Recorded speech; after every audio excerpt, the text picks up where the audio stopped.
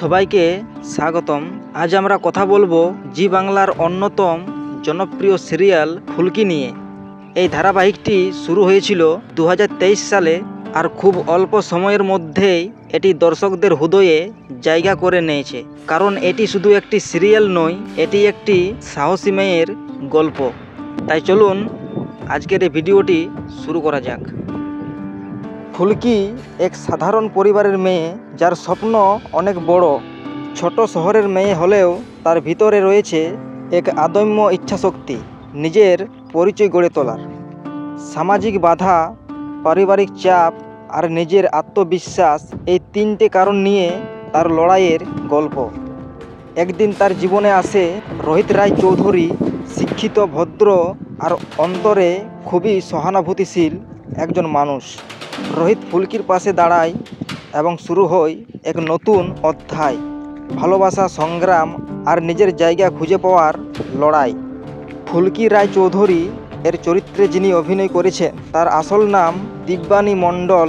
বাস্তব জীবনে দিব্যানী একজন প্রতিভাবান তরুণী অভিনেত্রী। এই সিরিয়ালের মাধ্যমে তিনি সবার মন জয় করেছেন। এরপর আমরা জানব রোহিত রায় চৌধুরীকে নিয়ে। রোহিত রায় চৌধুরী এর চরিত্রে যিনি অভিনয় করেছেন, তার আসল নাম হলো অভিষেক বোস। অভিষেক আগে থেকেই একটি পরিচিত মুখ, তার পরিণত অভিনয় সত্যিই প্রশংসনীয়। এরপর আমরা জানব বাকি যেসব চরিত্রগুলো রয়েছে যারা সহযোগিতা করেছেন এই ফুলকি ধারাবাহিকটিতে, তাদের আসল নাম। সোনালী রায় চৌধুরী এর চরিত্রে যিনি অভিনয় করেছেন, তিনি হলেন অনিন্দিতা রায় চৌধুরী।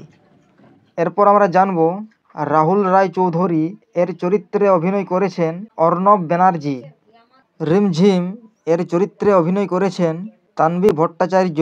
এইসব চরিত্র একসঙ্গে তৈরি করেছেন ফুলকির দুনিয়াটা, যেখানে আছে পারিবারিক টানাপোড়েন, সম্পর্কের উষ্ণতা আর অনেক আবেগ।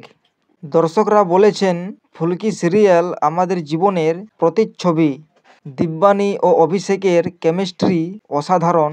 এই সিরিয়াল প্রতিদিন নতুন কিছু শেখায়, হাল না ছাড়া মনোভাব।